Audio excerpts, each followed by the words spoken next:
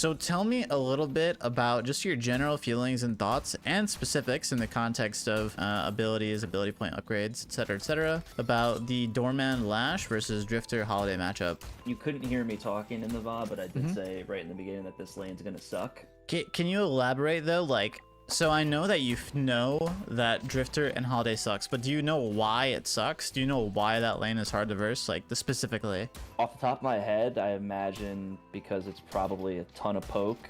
With Holiday and Drifter, these two characters are very strong. Well, Holiday specifically, Drifter, it's a little hard to tell right now, but Holiday specifically is a very strong laner because of her barrels and her level 2 barrel spike. The first ability point upgrade for Powder Keg just gives you cooldown, so whatever. But then the second one increases your damage by 2x. That's absolutely insane. The reason that Holiday and Drifter are so strong in lane is not because they're Holiday and Drifter, it's because of the way that conventionally Holiday and Drifter players build. Holiday builds for level 2 Powder Keg in lane, which is an extreme spike, and if you tie it with items like Extra Charge, Mystic Burst, I mean your barrel is doing 250 damage in lane. And then Drifter, his Ren deals literally 100 damage base at level 1, and then if you upgrade it once, it's like 130.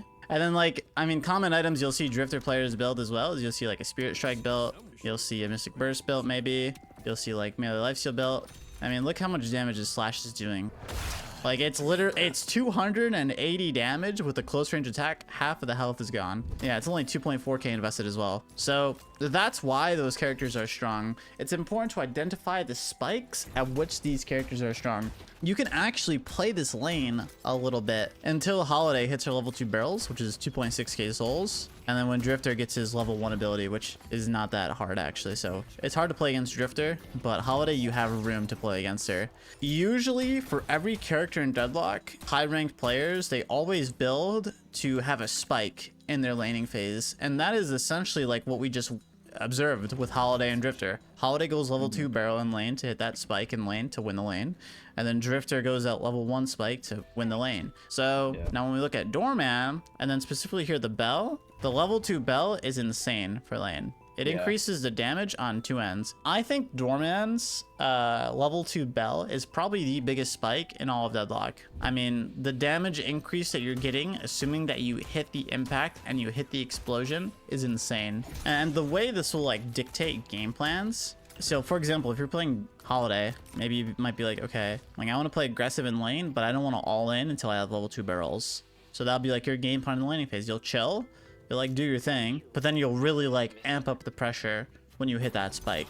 If you waste all your HP, which is your resource for playing the game, if you don't have HP, you can't play. Simply, you can't walk up, you can't trade, you can't do anything. If you have HP, you can do that. So if you save your HP until that critical moment that you have 2.6k, then you'll get the most value out of trading each point of health for damage. So I think generally here, throughout like this first few seconds here, I think you're playing a little, like this is fine. But then after this, you're not playing around like cover. Like when you back up to your respective space here, this is good, but then you move forward again. And this here is like an actual significant trade. This is your resource to play the lane essentially. You need to be conscious of this wave state. So the enemies, they clear your whole entire wave, and as a result, their minions are walking up on you. So you need to respect this. You just need to back up because the enemies are going to move alongside with the wave. What I like to kind of say and how I like to kind of get better at this is I kind of like to say that I'm like playing XCOM. The characters are like hiding behind cover every time, and every movement they make is like behind cover. So I'm like constantly hiding behind cover and shifting between cover. I'm never like taking trades or doing anything outside of cover. Unless like, yeah, I'm playing bad or it's like to get a kill or something like that. But you rarely see me out of cover. Your item purchase here is really good. I really like this actually. Open up the bill. The item that I need is not here. So you go and buy the item you need. That is really fucking good, actually. You'd be surprised at how many players here would buy Headshot Booster. The same mistake is kind of happening where you're walking up to the wave. You think it's safe. The wave is crashing. So when the enemy shoves the wave like this, the factual thing that's going to happen is you are forced to clear this wave. So something you'll see a lot of players do is you shove wave and then you run boxes, right? That would create a soul deficit. Not a soul deficit, but a soul lead for you.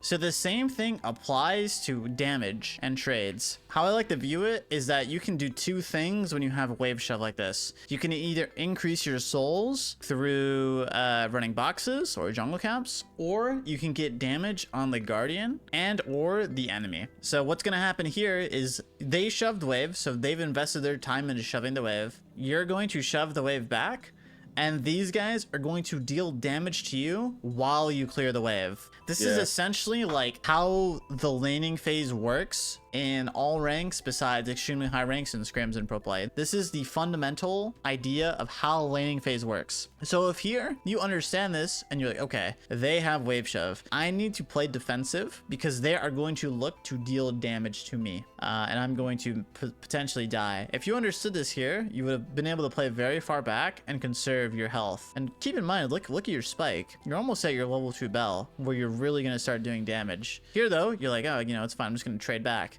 But you can't because they have wave shove. This is like fundamentally just how the laning phase works. Like how do people get kills? How do people get soul leads? How do people take tower? It's because of this whole entire thing, wave. The wave is a state which will give you insight into who has advantage and who has disadvantage. Usually the people getting shoved into disadvantage, the people that usually have wave shove advantage. I mean, essentially what's happening right now is these guys have permanent wave shove on you and there's nothing that you can do. It's hard to say whether or not this is a symptom of the matchup or it's a symptom of how you're playing. I won't lie, because Holiday Drifter is probably one of the strongest duos in the game. I just don't know how Lash and Doorman really match up to it. So I think there has been moments and opportunities in this lane, for example here, where you could be focusing the wave a little more than poke on the enemy. So the only real advice that I have for you to prevent this from happening is try to just shove out the wave a little more.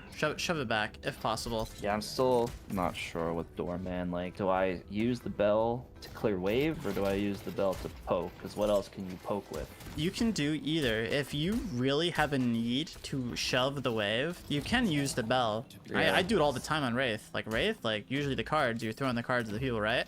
I throw the cards at the minions all the time because Wraith, you're looking to just survive for the most part because she is one of the weakest laners in all of Deadlock. As a result, what you'll see me do is I'll just throw cards at the wave. I'll use my cooldowns on the wave, and I don't really use my cooldowns to trade because I'm looking to survive the lane and leave my tower up for as long as possible. Doorman, optimally, I would put him with someone that can clear the wave very easily so he can do a lot of harassing. Problem is right now is that by RNG, you're in a lane, Lash can't shove the wave. You don't have a wave that, or a character that can shove the wave. You're playing into a lane that is extremely difficult to play into, so you're in a little bit of a dilemma right now. But this is essentially why, like, everything I'm describing to you goes back to that first thing I told you before we started our session, which is that you need to play characters that have agency. You need to play characters that can carry the game. Because if you're playing a character like right now where it's like, okay, late game, I'm fine. Like mid to late game, I'm fine. I can carry this game.